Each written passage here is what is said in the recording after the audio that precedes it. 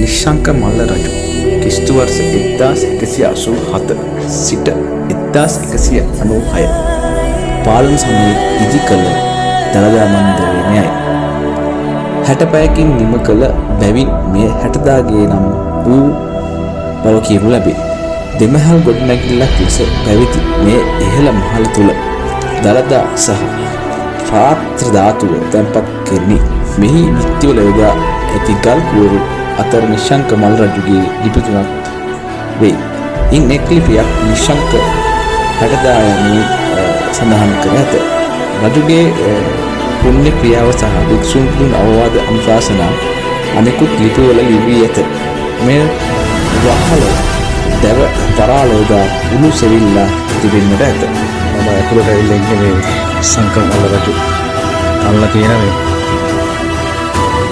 60 ගේ බලා ගන්න පුළුවන් වලට කොහොමද කියලා.